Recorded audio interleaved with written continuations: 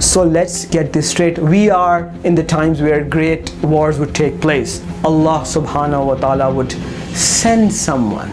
That hope would be Al Mahdi. And we have to look for that person. All of the signs of that person to appear have been completed. There is one person. There is one person with these signs, and his name is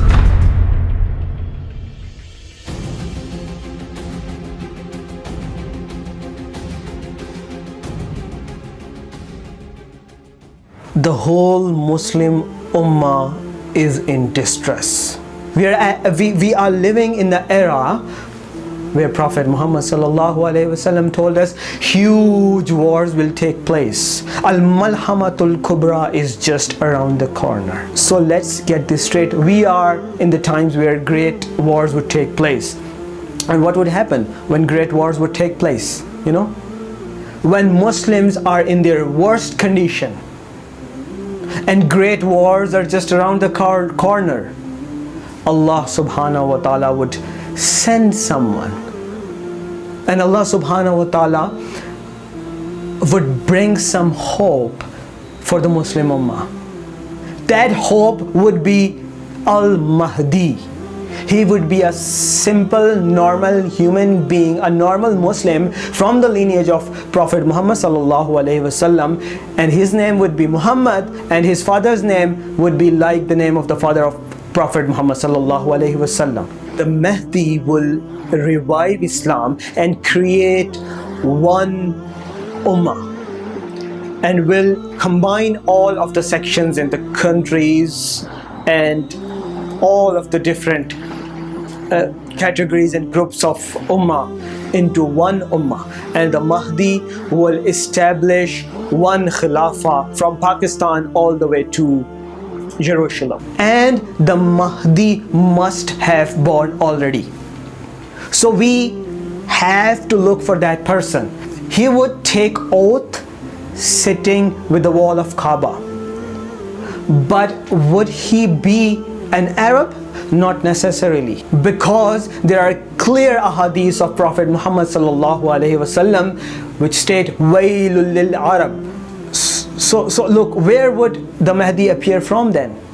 An Sobanin radiyallahu ta'ala anhu qala Rasulullah sallallahu alaihi wasallam, when the three brothers fight over Khilafah, then the black signs, Rayatus Sud, black visuals would arise from the east. And even if you have to go skidding on the snow, you must show your allegiance with them, because there would be Mahdi within them. So Mahdi has to be in the east. We have to look for him in the east. What lies in the east? That is Pakistan, Afghanistan. So we are looking for someone named Muhammad bin Abdullah, and that someone must be Hashimi or Sayyid, meaning he must be from the lineage of Prophet Muhammad sallallahu alaihi wasallam, and there must be something to identify him. He must have some sign from Allah subhanahu wa ta'ala that only the ones Allah subhanahu wa ta'ala would give a special vision would be able to see and identify. There is one person. There is one person with these signs. This is my own research about that person. This is my research about that person. I think that the Mahdi could be Muhammad Qasim. There are a lot of signs that fall true on him. There are still some signs that do not fall true on him. So I can say that he's a very, very, very solid candidate for Mahdi. Number one, his name is Muhammad Qasim. So his first name is Muhammad. His father's name was Abdul Karim, meaning he is the servant of Allah. Abdul Karim, servant of Allah. The father of Prophet Muhammad sallallahu alaihi wasallam, Abdullah, the servant of Allah. Muhammad Qasim is Muhammad bin Abdul Karim, or you can say simply Muhammad bin Abdullah. His caste is Hashmi. That's what the family writes, and you can also call them Sayyid. So this is quite certain that their lineage is also from Prophet Muhammad sallallahu alaihi wasallam. Another sign of Mahdi that I already said, that he would appear from the east, and he's in the East. He is from Pakistan. And the Prophet Muhammad sallallahu alaihi wasallam said that his nose would be tall and his forehead would be broad. We could identify him from. And in the case of Muhammad Qasim, he does hear Allah subhanahu wa ta'ala's voice in his dreams. Also, he has seen Prophet Muhammad, the final Prophet sallallahu alaihi wasallam, several hundred times in his dreams. The message he receives from Allah subhanahu wa ta'ala and Prophet Muhammad sallallahu alaihi wasallam in his dreams is that Muslims must get rid of all forms of shirk. You see, all of the Dajjals, all of the liars that have claimed themselves as Mahdi missed this point, that all of the prophets that Allah subhanahu wa ta'ala sent on this earth were sent to eradicate shirk, because Allah subhanahu wa ta'ala can't forgive anything except shirk. And Muhammad Qasim is not claiming prophet. He is exclusively clearly said that he is not a prophet. He is not claiming a prophet in any case whatsoever. Na'uzu billahi min dhalik. The most important sign, and this is also the one that all of the Dajjals and all of the liars before have missed, and that is that the Mahdi would be someone who would hate, who would not like to be the Mahdi. And the people would take oath from him by force. And until the last point, he would keep on denying, keep on trying to run away from the responsibility. And all of the Dajjals, because they were in a rush, they were in a hurry to gain the benefits of this world, all of the Dajjals and all of the Kazabs and all of the liars before have claimed Mahdi themselves. And you know, this is me talking, and I think Muhammad Qasim could be Mahdi. But if you hear from Muhammad Qasim, he has been saying for past several years that he is not the Mahdi, and he will not claim Mahdi ever.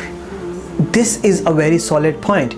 Also, Prophet Muhammad sallallahu alaihi wasallam said in a Sahih hadith that nothing out of the signs and the powers of Nabuwa is left apart from the blessed or true dreams that a mu'min sees for himself, or some other mu'min sees for him. Also, Prophet Muhammad sallallahu alaihi wasallam said that whoever has seen me sallallahu alaihi wasallam in a dream, he has seen me, because the Satan cannot take my shape. And this is important, and understand it very clearly.